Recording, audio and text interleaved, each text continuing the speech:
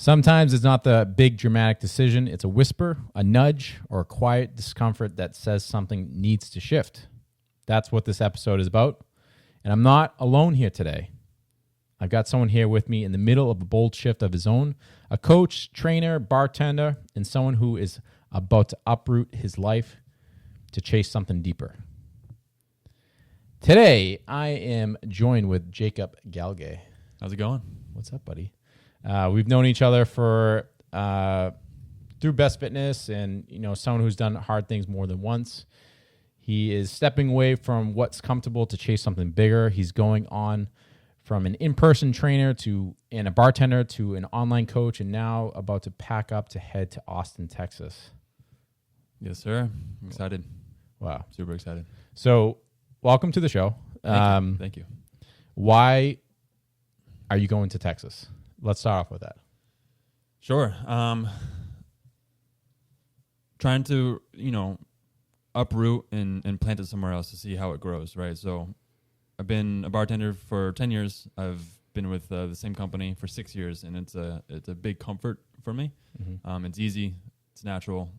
Make money. It's good routine. But it's holding me back from what I ultimately want. So I've decided to, completely uproot, go to a city that is full of entrepreneurs, full of the fitness scene's blowing up, and just get exposed to new culture and see what happens from it. Try not to have any too big of expectations, but I expect that it's going to be a huge change for me in the positive direction. Nice. I'm literally freaking jealous of you for everything of you going to Texas. Because one, I've obviously been there, and for both of us, we both love BPN so much, and obviously that's where they're based out of. That's at least my reason why I'm saying I'm jealous for you, but in general, for everything. It's a part for sure. Yeah. Well, I'm excited for you, and I think obviously as you continue to go down there and you get that time to experience everything that you're going to experience, I think you're going to have a lot to be able to bring back, hopefully for more episodes to come. But let's put the brakes on. Let's talk about you, right? Sure, yeah. Talk about your journey, talk about who you are, how you got into coaching, where did the shift start for you? Just give me and everyone else who's listening a good background of who you are. Yeah, absolutely. Come from a very standard family, middle, lower class, nothing crazy. Loving family, loving parents. When it comes to fitness and health specifically, I'll tell a quick story. When I was a freshman in high school, I was a hockey player, and I played for like 3 teams that year, and I was just playing a crazy amount of hockey, a lot of volume. Nice. One morning I woke up, felt a little messed up, a little dizzy, a little sick, whatever. Jumped into a hot shower, and next thing I know, I'm blacked out in the shower curtain with my parents bursting in, calling the cops or calling the ambulance. Long story short, found out I was dangerously dehydrated. That's what caused my body to just shut down on me ultimately. And that's when I first learned the importance of hydration and fuel, and what you consume can really have a huge impact on your life.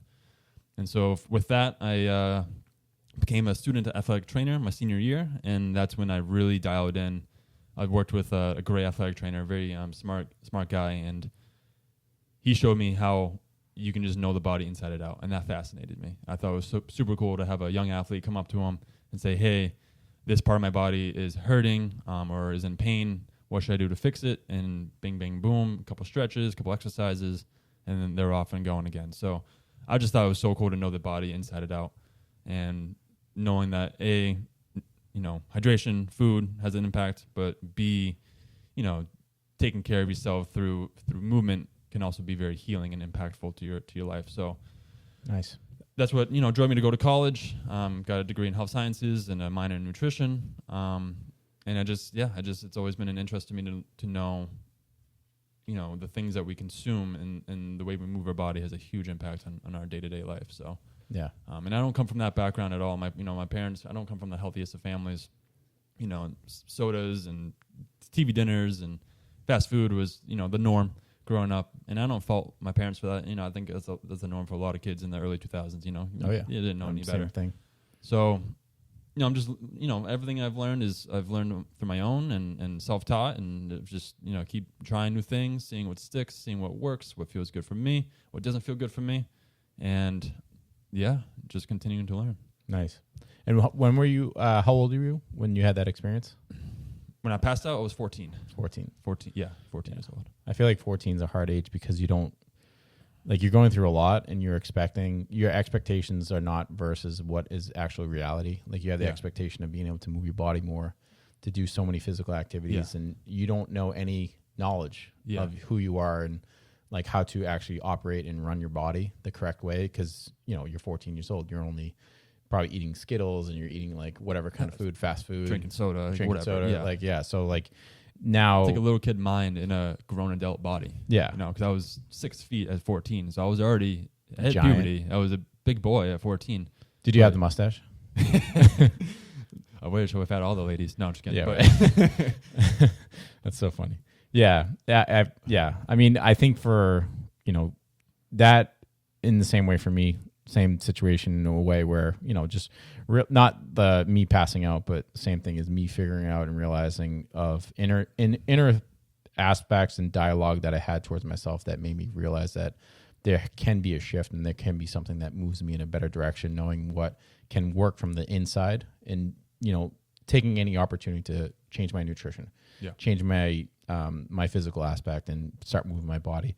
That took from 14, so another 15 years later for me to start doing that, really. Oh, yeah. But, it's from that internal self of being like, you need to do something different. Yeah. That, unfortunately, sir, for most people, the worst case scenario of something bad, negative happening to you is when you change and look at your life in a different perspective. Absolutely. So you had it at a 14-year-old age. Yeah.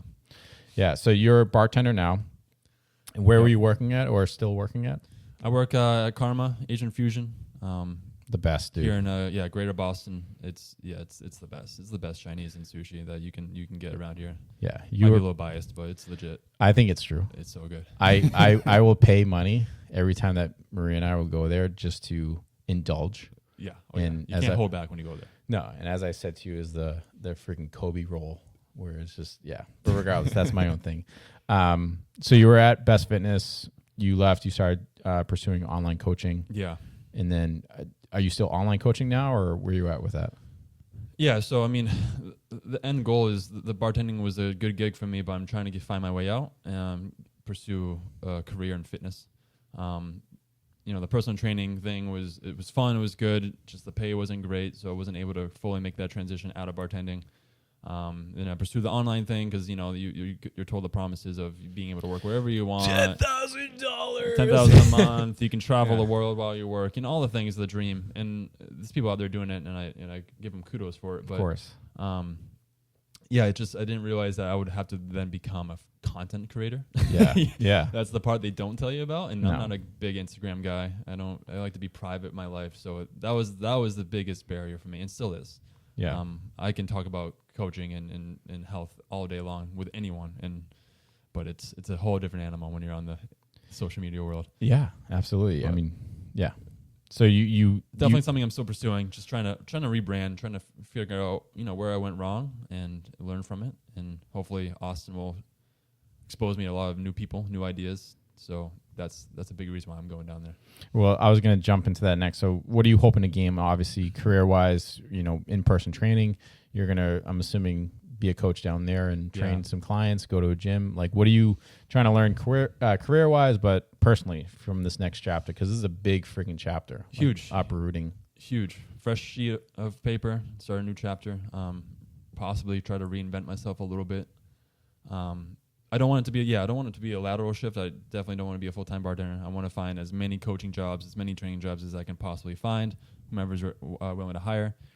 And then just learn from the best, show up humbly and say, I'm underqualified, but I'm coachable and I'm here to soak in whatever it is you guys have. So the end goal, I would love to have my own fitness space, my own in-person, because that's another thing about the online space that troubled me was the lack of in-person connection. And I think that is a huge barrier. And for me as a bartender my whole life, I love the in-person connection. It's just, it's different. You know, Yeah. I don't think a screen can ever replace that. So when it comes to the social media stuff, I like to just kind of build up my own brand and you know, put out content for people who find it useful or helpful. But ultimately, I would love to have my own gym, group fitness class studio. So down in Austin, I'm hoping to just learn the business, learn, you know, from the best and bring it back this way, ultimately. Yeah, so you learning down there and being able to bring that back up here, being able to open up something up here in the obviously Boston area or New Hampshire area, because that's where you're originally from. Yeah, that is the ultimate goal, and I'm the same way. And I think for you is like obviously, you know, we're talking about like we are the first time us talking here, but of course we've had so far now two runs, two runs, long runs. Yeah, last one sucked, 12 miles, but the last half of that was pretty quiet. I think we were both just suffering. I was just suffering on the last 4 mile cool down after like repetitive like 4 miles at marathon pace. But you know, for you coming back, that's the same thing for me. Is you know, I want to get a kitchen cooking for days. I want to have a kitchen, and I want to be able to have a gym as well. So it's like maybe at this point where you're listening to this, any viewers or, you know, something that we've already discussed is like maybe something at some point will be a shift that gives us a direction where we're actually working together in something in the future. So maybe that this is us permanently putting it into the universe, and that the universe is now going to get that reflection from us of where hopefully respond. Yeah, we'll respond. But I think for, you know, I'm the same way with the in-person training. So it's like I had that guru that spent freaking $9,000 on, and I was like, what am I doing here? And the first thing was like, all right, I have to start building content. I have to start documenting my life and how awkwardly and how much I still to this day, better now, hated it, because it's like why do I have to document what I'm doing? I woke up and I'm drinking a coffee. Like I don't need to document that. But for the people that are forgetting how to press a button and hit the espresso button and pour some stuff in there, this is how you do it. But it gets views. Yeah, it gets views. But I think for the same thing is in-person training for any people that are out there that are trying to be trainers and you're just only going online coaching, you don't have the capability, understanding of what it means to train someone in person, social cues and like cues when they're lifting and understanding what is going to give the results. It's like there's so much that comes to actually in person, but and just the relationship you build with these people too, you know? Absolutely. Yeah. Cause like when you're just talking through text or Zoom calls, it's like you're not even physically with that person. It's transactional. Yeah. I don't like that. I hate it, but it does serve its purpose, and you know, still trying pays the bills for a lot of people. Of course. Yeah. But I think for what you're doing, going down to Texas, learning something new and being able to like gain experience, right? Because you're coming from the perspective of gaining any experience in your life, right? Yeah. Like you've probably searched for many things in your life to find new direction that's going to put you in a different lens, in a different way at a certain time. Then you always come back and divert back to trying new things, right? Yeah. So it's, it's a good thing. I'm excited for you. I mean, well, then more on the Texas move, right? So not only am I trying to gain business and professional wisdom, but I'm trying to, you know, build character too. Yeah. Right? Build a new character and hopefully be able to leave behind the bad habits that, you know, are stuck with me here. Yeah. And keep them here for now, and then go to Austin and, like I said, reinvent myself and lean into the person that I really want to be. You know? So. Well, I think you're gonna still have those bad habits with you, in my opinion. Yeah. It's just how you can. I would be stupid to think that just simply moving and they're just gonna disappear. No, it takes work. I get that. Now at least like you're uprooting something and planting a better plant of you. Yes. And like at that point, like you're gonna. Yeah, I think that's the best thing is when you do get out of the comfort zone of something that you're used to, and it's like how often are everyone just going around the same aspects when we wake up, same four walls, same routine, same thing, and then to be able to get out of something that's normal, it's hard to do. It opens your eyes too, right? Because everything is new. Yeah, I think for you it's going to be great. So I guess, you know, where we look at that, like this is where the podcast or this episode is directed towards, obviously a 1 degree shift, right? And I don't think that's a 1 degree shift at all. I think that's like 180 almost. 180 shift. But that one, but like if we look at the lens of 1 degree shift for anyone that's listening, why it's so important to really emphasize on that 1 degree shift. That one small decision can quietly reroute your entire life if you're listening, and you take all aspects and hear it and actually apply it and then go from it. Yeah. And then most importantly is sticking with it. Yeah. So something that I've had like an analogy of where, say like there's 2 lines that are starting at the same point, right? And that 1 degree shift change, there's not much movement that you're seeing with those 2 lines. And then give in that the beginning, yeah. Exactly. And then give that months, years, whatever, that degree difference in distance in between is now farther apart. Yes. So it's like we both know what it's like to feel that tension of staying versus shifting, right? Yep. We understand like when we're staying in one position, we're not moving, but when we're shifting, we're technically still staying in the same position. Yeah. What or example or situation that you've recently dealt with or in your life that you've shifted 1 degree? Because I can't talk about Texas because this is a 1080, right? This is the 900 Tony Hawk stuff, like Tony Hawk style right here. Like, what have you done in your past that you looked at your life where a 1 degree shift in one direction didn't seem like there was much movement with what's going on and how you're feeling and what you were going through, but as you continue to stick with it, now you're looking back at it? I think my most immediate one would be running. So I decided to pick up running. Spoiler alert, I signed up for the HYROX race here in Boston at the end of September. Nice. And I saw HYROX a little while ago. I was like, ooh, that looks like fun. That's something that I can do. Very much interest to me. So I knew the one thing I needed to build was my running capability. It's running is something I've dabbled with in the past, just never stuck with it consistently. But this time around, I'm like, you know what? No, I'm gonna push through it. The beginner errors and the beginner pains and whatnot, and I'm just gonna see this through because I really want to do this HYROX race. And so it starts with just 1 mile. I just run a mile. I run half a mile out, half mile back. Do that 3 times a week. Next week, maybe I push it to 2 miles. Run out a mile, run back a mile. Maybe that sticks for the next 2 to 3 weeks because it's hard at first, right? Yeah. It's a completely new stimulus. And if you think you're fit and you don't run, go run. It will show you how fit you really are. Yeah. And then, 3 months, 6 months later, we go out for a 12-mile run together, right? And when you proposed me that question last week, like, I'm going out for 12 miles tomorrow morning. You want to come with me? If you asked me that 6 months ago, I would have told you go fuck yourself. I was like, there's absolutely no way I'm running 12 miles tomorrow morning. But then you do it, and then it's like, wow, all those monotonous, stupid 2-mile runs I did 6 months ago are actually paying off, right? Yeah.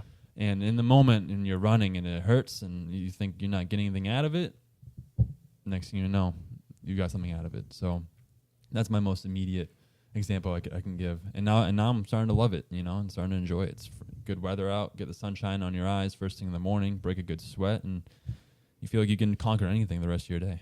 Yeah. And I'm sure, for anyone that doesn't know what a HYROX, event is or training, what does that consist of, and why is running so important with a HYROX training? Yeah, so HYROX is essentially an 8K race, 8-kilometer race. But after each kilometer, there's a strength station. So then you perform that station, one being a sled push, for example.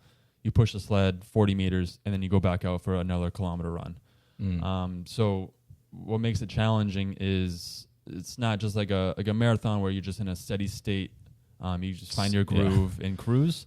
I'm not saying marathons are easy, but what makes this challenging is, you have to hit 1 kilometer runs fast, but you have to do it with really tired legs. Yeah. Because then you're immediately hitting a sled push or a burpee broad jump or lunges. So you're just cooking your legs. You're just in this crazy heart rate fluctuation. That's the challenge of it. But it brings in a great blend of endurance and strength, which is something that I really like. Are you nervous? Are you scared? No, I'm so excited. Excited? I'm not nervous at all. Yeah. I think I think that's the best thing is when you do sign up for something, immediately everything changes. Your perspective changes because then every day when you're waking up, you're intentional. Every day when you're eating, you have a goal. You have a purpose. Yeah. And I think that's the hardest thing is where, I like I'm excited for you. I would maybe not to say I won't ever do it, but at some point I would love to do it because I'm the same way. I love that high intensity heart rate stuff. Like you're freaking tired, but you're still going after it. Yeah. My nervous thing is just like lunges because I'm actually like I have some kind of injury with it with my knee. But regardless of that, I think when you do have the initial sign up of doing something, that changes every perspective of your life completely. Because then 100%. Because, you know, like sometimes when you're searching for some kind of stability or a direction with anything, the best way, and I feel like where you and I can both agree upon, is fitness related aspects can align you in a way where you are focused entirely. Yes. And then you're pouring a lot into that one cup, right? So as you pour a lot into that one cup, at some point it fills up and it pours into every aspect in your life, right? Yeah, I like that. Yeah. So it's like when I did the marathon in February for Austin, Texas, like when I did prior from that, I had nothing. I felt like I was just, was cooking for days. Of course, like my wife and kids, like, I was focused on every aspect, but it leveled me up in a different direction where I felt like I was able and capable of doing more than what I was expecting on myself.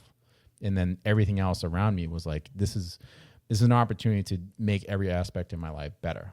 So for when it sounds like to me, because you're pursuing this goal of running a marathon and you're hyper focused on it, but at the same time, you're a better husband, you're a better father, you're a better CEO of your business. Like, that is all kind of accumulates around it. Naturally. Yeah, exactly. Think about it. Yeah. And so I guess my question to you is, like, what are you hoping to gain from this experience of you shifting towards, because this is a shift that's a cool shift because you're going to change. Like, obviously you're training. When is the HYROX again? End of September 27th is my race. So you got a couple months right now, but like, a couple months out. I think the fun thing is like, what are you looking at now as you just signed up as the experience that you're going to jump into? What are you hoping to gain from every experience of this HYROX training that you're going to get after race day? Because that's a hard question because you don't know. Yeah, I don't know. I think the better question would be, what am I looking to gain from here to the race? And yes, I want to be able to commit to something and give it my best. And I don't want to go into race day and finish that race and look back and say, damn, I could have done better. You know what I mean? And I'm not saying I'm going to be perfect in the next 2 months. I would certainly make mistakes. It's my first race, so I don't want to, get too ahead of myself. But I want to perform my very best. And in order to do that, I know I need to prepare my very best. So I want to know what that preparation feels like and what the results of preparing really hard for something for 2 months what the results can show. Yeah. That's the goal. Yeah. And you're talking about how, the process of what you're going to like ultimately go through that you have no idea about, the unknown. Yeah. The unknown. Yeah. So it's like where I, in the same way too, it's like when I sign out for that race, and the same thing for you, it's like the unknown of something, of what it's going to build and what you're going to gain and what you're going to go through and experience, is something that I think that's like the golden ticket from Willy Wonka and the Chocolate Factory, right? Like that's what's going to give you the opportunity to see something that you never would imagine what would come from it, right? Like, I'm going to use that as a reference because I love analogies, but like, Charlie didn't know anyone. No one knew what it was. It was a mystery of, that movie, right? Of course. I was going to say, I mean, like, we're the same age, but like, that mystery of what was inside, right? And it's like that golden ticket is you saying like, I'm signing up for something. Yes. And it's like, people do not even go to the point of just signing up for anything because the fear of what will have to change from their perspective of their life that they're living. Like, how am I going to be able to incorporate running that you're doing? How am I going to incorporate the HYROX training that you're doing? How am I going to incorporate the nutrition, the recovery, all that stuff? But I'm also a bartender. I also have, partner responsibilities. I have other responsibilities. It's like that thing of what takes you and gives you is when you just sign up for something and realizing that I'm here to learn, I'm here to gain, I'm here to experience it. And it's like exactly what you said. And I when I asked the question, I was like, obviously that's a better question. What are you looking to gain during the process of it? Yes. And I think that's the cool thing is that everyone will experience their own thing because everyone's going through their own life. Yes. So when you sign up for HYROX and you toe the line and you're about to hit it, everyone else has their own life that they're experiencing before to get to the point where they are right now. Yes, 100%. And it's like, what are you going to gain and what you're going to learn from that experience is all on you. And it's whether or not exactly where you want to get to the point to that race and you go, shit, like I did everything I was capable of doing. Yeah. Because I felt it. I lived it. I experienced it. I hated it. Like, you're not sure. Like, you don't know what's the outcome's going to be. But I think that's worth signing up alone is just going through that experience. Yeah. And, not everyone can be the champion, right? There's only one champion. Everyone else is going to lose. But yeah, there's so much lessons to be learned in those losses and just the build up and the experience. That's where I'm going after. Yeah. Well, I'm excited for you for that because that is a big change because it's, it's something that you didn't do before and that has now led you into something that you weren't doing well before or just had prioritized with, and that's running. Yeah. And now do you feel like you've changed or learned a new identity through this transition of, and I'm going to use running as an example. Have you learned something new about yourself when it comes to running or implementing running or even just the HYROX training so far? I think what I've learned is, again, in the beginning, starting a new habit of any type, it takes a lot of effort. Yeah. At first, but once it's established, it's just second nature. So now for me, getting up first thing in the morning, throwing back some supplements, drink some water, throwing on my running shoes, and I'm out the door. It's second nature now. Yeah. And that's a great feeling. Yeah. That's definitely the biggest thing that I've gotten out of it so far. And then you just get a new excitement for training or for working out. And I think it's a lot of times many of us just fall into this routine or this rut, and we lose the love for exercise. It becomes a chore, right? Yeah. Whereas you sign up for something like this, like a challenge, and it doesn't have to be a HYROX race. It can be whatever you want it to be. But you just set a goal for yourself, and then you have a reason to go to the gym every day, or go when you're tired, or go when you're feeling sore. Because you have a goal that you're working towards. Yeah, I think that's that's something that, once again, it's what you just said is changing and putting in the effort. Of course, you have to analyze and take inventory of your life and say, like, I know, like, for me is when I did the marathon in Austin, and now obviously I have Bay State in October that I'm training for, and Austin again in February. But it's like the experience and like the thing that you have to look at is always, what am I doing in my life that isn't allowing me to get to the result or the goal, right? And it's, I look at when you have an opportunity to take inventory of your life, see what's working and is not working, and what doesn't provide the benefit to you, is obviously step one. Yeah, in acknowledging it, and then from there is to say, is it worth it for me to continue doing it or not? Yeah, because then at that point, is it adding value? Exactly. And it's like, are you being pulled in a direction that's not putting you in the direction that you want to go? Yes. Like you're trying to be a HYROX, like you're, I wouldn't say athlete, but you're trying to perform. No, I am actually. I would love to show out and potentially get a pro qualification. That's a huge goal of mine. Putting it out there into the universe. Right? Yeah, so now it's out there. Now man. It's gonna have to keep me accountable. But you hear that, world? But it's something I look at and I think I could do well at this, and I think that's important too, right? It's like we don't want to do things that we just naturally suck at, right? Like it's not really enjoyable. I've done plenty of that in my past, so pursuing something that I think I can naturally be good at and work hard at it, I think that's a pretty good feeling, good place to be. And it comes with a suck, and it comes with the things that you're not good at. Oh, it's plenty of suck. Don't get me wrong. But like what you just said is like, it's a purposeful suck. Yeah, of course. And you're actually going after something that is going to give you like, that's going to give you something that you're going to hate doing, and that's running.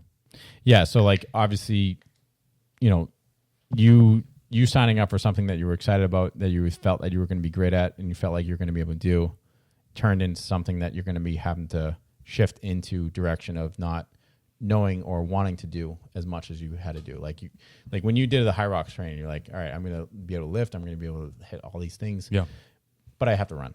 Yeah. I have to learn how to run. Correct. I have to then wake up early. Then I have to wake up and go do my morning runs where I don't want to do it. It's raining out, or if it's like Chris asked me to do 12 miles, and I have to go do 12 miles. Yes. Yes. Yeah. But it's good though, because like, I think it's important, right? Like, why do you think people hesitate to follow the shift even when they know it's a right shift for them? Do you feel like this HYROX shift in Austin, Texas is the right shift for you? I think I had to feel that way. Otherwise, I would talk myself out of it. Don't want to get paralysis by analysis, right? Yeah. Just I'm leaning on faith really for the first time in my life, and it's just a feeling that it just feels right. I can overthink all of the reasons why it can go wrong and say, never mind. Like there's too much at stake, but there really isn't at the end of the day, So why not? Why not give it a try? And the worst that can come out of it is an experience and some fun. Maybe I spend a few extra dollars I didn't want to spend. Whatever, it's just money. It will come back. But that's my mindset behind it. So what's the mindset for others? Why do you think people hesitate to follow the shift of anything? And that's it's fitness related, it's career driven, it's relationship driven. Anything that why people hesitate to follow a shift that can be better for themselves when they know it's the right one. Yeah. But that stagnant change, like what we said with the line parallel where there's nothing moving. Yeah. Like you were a personal trainer. Why do you feel like, why do you think people hesitate to follow the shift even when they know it's right? I think that first day is the toughest. I think once you get that first day under your belt and just, be easy on yourself, right? Like if you're someone who's, been out of shape for the past year because whatever career got in the way, you had a kid, whatever the reason is, it doesn't matter. You're not going to go back into fitness and feel the way you did 5 years ago when you're in the best shape of your life, right? Mm-hmm. That's just something you just have to mentally overcome and accept. And then, like I said, it's building a new habit. In the beginning, you have to force it, There's no way around it. You just have to, creating new habits is difficult, and it's hard in the beginning. Yeah. And a lot of people don't want to embrace that hard, or they don't want to stay in the hard long enough until it becomes second nature and becomes easier. Yeah, I think for people, whenever there's a hesitation to do something, and I know for me personally, I went through my own hesitation of leaving a relationship of many years, and that hesitation where I knew is the right move for me to do. The thing that gets you in the paralysis by analysis, like you said, is you start to give all the examples or things or steps that you have to do to get to that point. Yes. Whereas all you have to do is just take one step. Just day one, that's it. Yeah, one step forward, and it's not think about like what you have to go through. It's like what are you going to endure and what are you going to get? What are you going to gain from it, and what person you're actually going to become from it? Yes. And unfortunately, like that's what happens from, where people are, the difference between running from something or stepping into something, right? Like it's easy to run away from everything, right? I mean, we can run clear away from everything. Yeah. And are you running away from everything? No, I think you're running into something. You're stepping into something. You're stepping into an opportunity that is unknown, but it's like, are you going to be able to sleep at night in a bed? Yeah. Yeah. Are you going to have clothes on your back? Yeah. You're going to be able to eat. So it's like the worst case scenario is that like you said, is you might spend a little bit more money. That's it. Yeah. It is what it is. Yeah. The percentage of you learning and earning something and gaining something is such a higher percent of you not going for it and staying here. Yes. Yeah. And I truly believe that. Yeah. And, I think for, external movement, like moving a city, has to be matched with internal work, right? I mean, I would not have been able to do this 3 years ago. Why? Fast rebuttal, buddy. You better give me a response. Good question. No. I think it's just it comes with a certain maturity and a certain How old are you? I'm 29. 29. 29. And so it comes with maturity. It comes with experience, and it comes with just timing. Like this feels right, you know. Like I have my girlfriend. We're celebrating our 2-year anniversary today, actually. Congrats. Shout out to her. And it's just we're really good. We're a really solid couple. I'm get to go with her. She's blessing me with this opportunity and being a rock star and joining me on this journey, and that makes it so much easier. Yeah. Now I'm not alone. Yeah, of course. Now I'm not going there completely alone. Even though we don't know anyone in the city, I know her. I have my best friend with me. So, you know, without that, that's one of the biggest reasons. But B, you know, a few years ago, I don't think I truly knew what I wanted, you know? I was just kind of going through the motions, just trying different stuff here and there. But now I know, okay, I know what I want. I know what I want to learn. I know who I want to learn it from. And I have a plan, you know? Yeah. Well, my question to you, would you go there alone? If you didn't have... what's her name? Carrie. Big hypothetical. She even asked me that same question. And you said, no, I wouldn't go without you, my dear, my love. I would like to believe that this is inevitable. Yeah, I think I'm supposed to go down there and get this experience one way or the other. So I love that. Yeah. Like when you have that internal feeling that is like, I look at an internal feeling of a desire, right? You have the desire. So like your brain is working in the desire aspect. Yeah. Right. It's like, but everyone has a freaking desire. Everyone has an idea. Everyone has a goal. Everyone has something to do, what they want to do. Of course. And then it's just like, it shuts off. Yeah. Turning it and actually igniting that fuel, igniting that car to actually allow you to say like, I'm going to actually just go do it. Yep. You know, I've said it before in my like episodes prior with like Cooking for Days. Like I wanted to do it. I had an idea like years ago of like something with fitness, something with food. How do I do it? How do I make it into one? I don't want to deal with anyone else's dreams, anyone else's goals. It's like, how do I incorporate that? And then for something to actually have it is like applying it and putting it into place and just going for it and realizing that like once you start and you actually make that change and you actually commit to it, like you're fucking free, dude. Yeah. You have the life for you because you've taken every restraint off that's holding you back like a parachute of you trying to sprint. Yeah. Now you're just running. Yep. And it's like full speed and it feels great. Yeah. Like I think it's going to be great. I mean, you know, your environment is either going to elevate or limit your potential, right?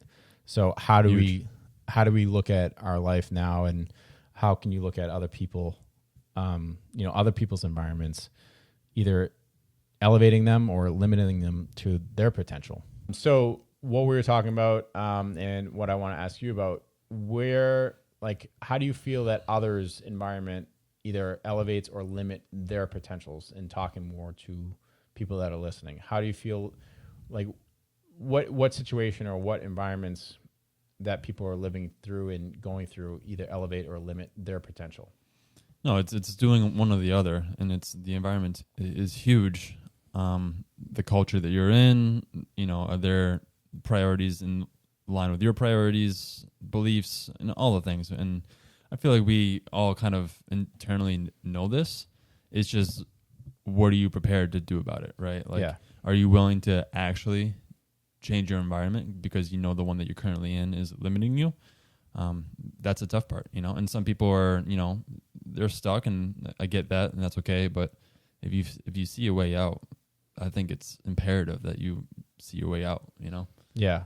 And I feel like too is like you have to tell yourself before you actually start doing what you're doing, right? Like you can create a visualization of who you want to become and how you can be by you just actually telling yourself. Like how many times have you driven along the highway or anywhere and you see like this unfortunate homeless guy that's probably just living the life, right? Yeah. They're imagining that they're probably on cloud 9 with all these mushrooms and all this stuff. And then for the untrained eye, for us as individuals, we're watching me like, man, that guy's cracked out on something. Yeah. But he's probably visualizing the best life that he can probably have. So like when we put that in context for everyone else, it's like, yeah, like we, you know, exactly what you said is like the environment that we're creating. It's like we can change it. It's just actually putting our effort into changing it. Yeah. It takes some guts, it takes some grit, but I think it's going to benefit you in the long run. So my question is, do you feel like for you, in your eyes, with your experiences that you've gone through, how much does ego play? How much does ego play a role in transition? Depends on what your relationship is with your ego. I think it's important to have a healthy ego. I think that's where, you get self-confidence and a can-do attitude and the guts to pursue something. You need a little bit of that ego. However, obviously you can get away from you, and your ego is so big that you're like, no, I don't need that, or I don't need to change my environment, or I don't need to, pursue that crap. That's not for me. Yeah. And that's where it can become problematic, right? So finding that balance of have enough ego to have the confidence to say, you know what, I can take on this challenge, and I know I need to challenge myself in order to grow, but not allowing it to be so big where you think that you're perfect just the way you are. Yeah. Yeah, I feel like I mean I've had an ego in certain things where, even it's like, for cooking for days, like I don't know everything and I don't know everything, but having people that have spent all their time on things that are going to help you out, it's like the same thing. Like, why did you become a trainer? Right? It's like I just touched your hand. I kind of liked it. Yeah. No, like why like why you become a trainer is because you have the passion for it. You have the care about it. You have the reasoning of why it's going to impact others. And it's like, why do people hire a trainer? Yeah. Is because, you have someone that has built that foundation and understanding of what to do. And for the person that says, oh, I lift all the time, I know how to lift, I go to the gym, like I know what to do. It's like, yeah, well, probably you don't know what to do, and or someone probably knows more than you. Yeah, right? and that's okay. And I think it's funny when you talk about the training thing, because when I first started, I was young, I was 23 when I had my first training job, and I actually didn't have any ego, and that hurt me because I thought, who am I to teach someone how to work out or show someone how to work out? And I was insecure in that. And then it took my manager to be like, Jay, come here. Do you see 95% of these people in this room? They could use what you know. Yeah. Go do it. Yeah. And it's like, okay. Let me boost up my ego, put on my big boy pants. Yeah. And go train some people. And sometimes you need that kick in the butt. Yeah, and that was probably like a light on switch, right? Or Yeah. do you feel like it was a dimmer switch where you slowly did, or did you immediately just change and transition, be like, I know what I'm capable of? Or was it like a dimmer switch where you're like, all right, let me test the waters here, see what I can do? No, I think it was a pretty light switch on, and it's like, and she was absolutely right. I did have a training. I had a history and a knowledge that could help people. And I think that's, at the end of the day, is what we're trying to do, is help people. So why hold ourselves back, Yeah. Go for it. Yeah, I mean, like when you have all the experience and understanding and clarity is what you've gone through and the hard time, it's like now being a parent for myself, like, like why would I want Nathan to go through a yes and no, right? It's a back and forth. I want him to go through the shit to understand the shit. Yep. But if I can prevent maybe stepping into like a rabbit turd rather than a pile of, dog crap, like that's, it's a better version, right? Yeah. But like, yeah, in the way of like being able to teach and to know, it's like, I think when it comes to ego, your ego can definitely be something that helps you and allows you to be able to get to whatever you're trying to accomplish. But of course, it's the balance, like you said. It's like not being too much, but understanding like I'm here to learn. I'm here to why am I one to be able to train you when you are one older and you probably have more experience, and like that's probably you're gonna be an ego check probably when you go down to Texas. Oh, 100%. But at the same time, I don't think you have the mindset of like, I'm gonna go into this with. Well, that's where being humble comes into play, right? Yeah. And understanding like, okay, I do have a good base and I do have a good knowledge, but there's someone who knows more than me, or someone that knows something that I don't know.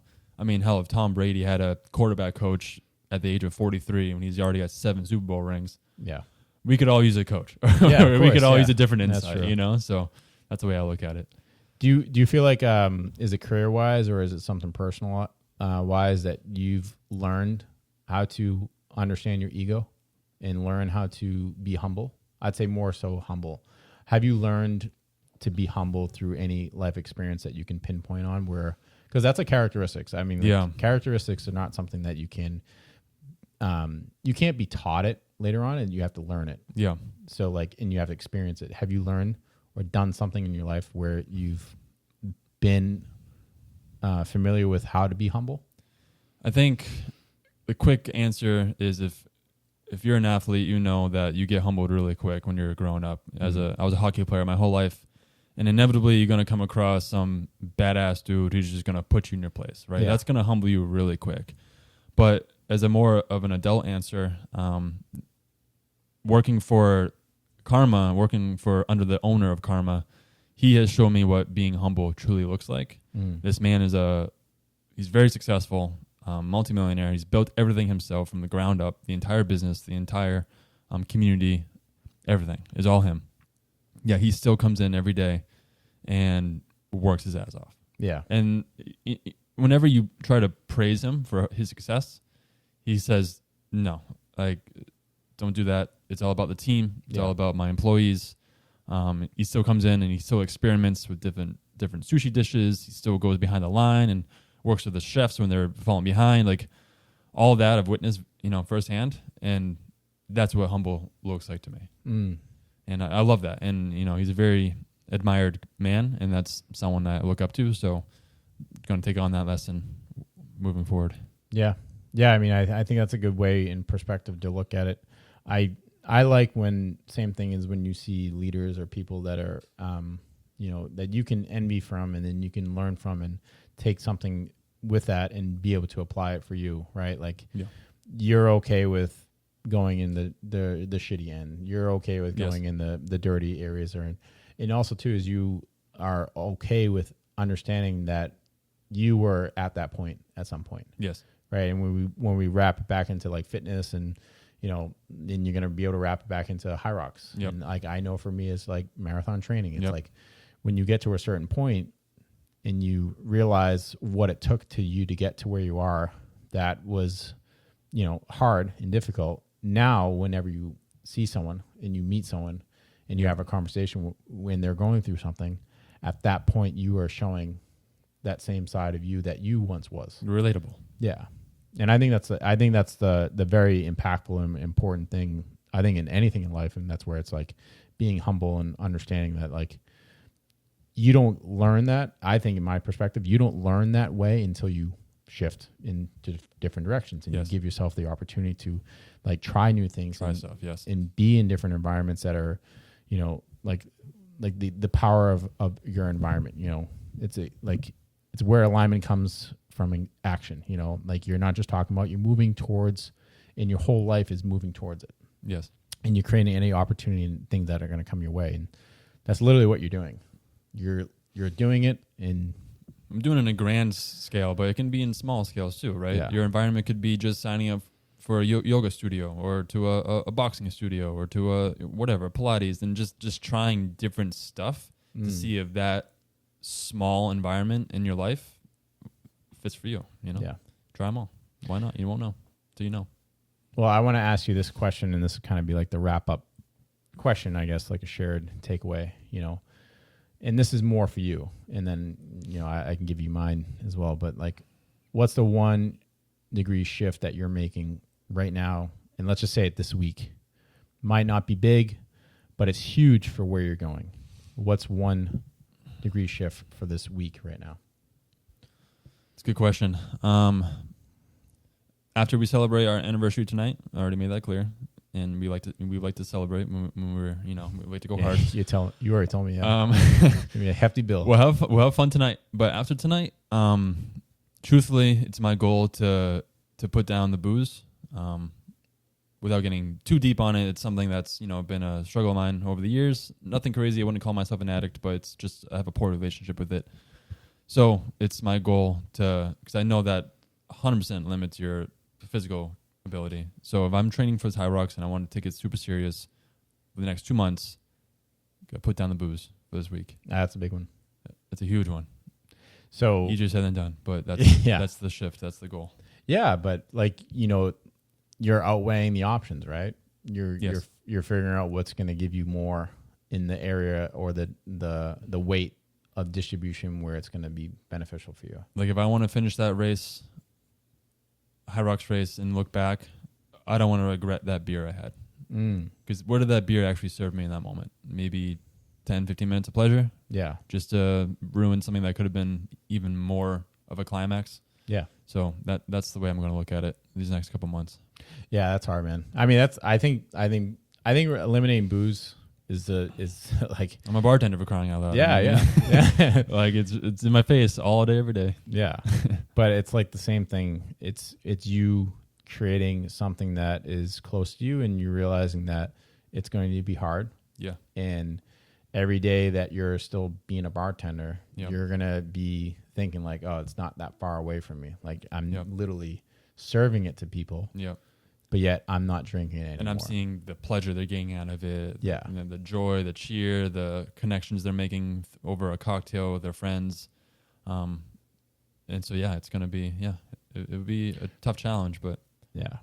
That's a big shift right there, buddy. That once again, it's another small shift, but it's something that's going to lead to a huge outcome. Yeah, Yeah. absolutely. And for anyone else, like that's listening in, it's like this is his perspective. This is what he's trying to do, and this is what he's trying to incorporate and change with his life. And it's wild how one conversation, one change, 1 degree can change everything. And if every episode sparks something for you, whether it's this one or whether it's a conversation with anyone else, like share it with someone else who's on the edge of their next move too, because you never know what you can create within the people by communicating, by encouraging, by allowing yourself to be vulnerable and allow yourself to be humble and to be able to give back and to ultimately help people and, allow them to be that next person or version of themselves that they're capable of doing. And I'm pumped for you. I'm excited for you for everything that you're going to be jumping into. And, I appreciate that. Thank you. I think you put a lot out here where regardless of who's listening or whatnot, you put a lot out there for yourself and obviously vulnerable situations. But at the end of the day, like you are capable and you already know it, man. And you're going to live this next chapter for yourself. And I'm excited just to see it. And because I hope obviously for future episodes that we can continue to do this. And Oh yeah, there'll be future episodes for sure. maybe that where you just like run with this and co-host it format, because I find myself more comfortable doing it.